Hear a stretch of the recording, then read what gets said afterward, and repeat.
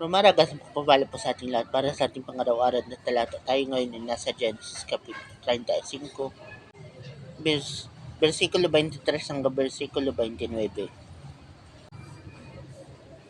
12 ang mga anak na lalaki ni Jacob. Kay Leah ang naging anak niya ay si Reuben, Simeon, Levi, Judah, Isakar at Zabulon. Kay Raquel si Jose at si Benjamin. Kay Bilha ang naalipin ni Raquel ay si Dan at Naphtali. At kay Silpa naman na alipin ni Leah, ang naging anak niya ay si Gad at Asher. Sa Mesopotamia pinanganak ang lahat ng ito.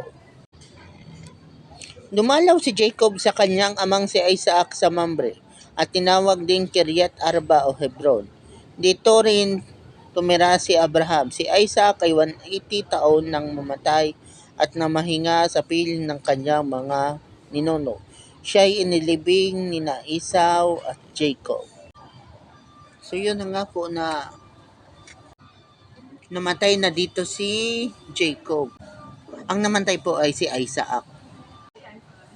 Bagamat namatay na si Isaac sa edad na 180, tinupad naman ng Diyos ang lahat ng pangako niya kay Isaac.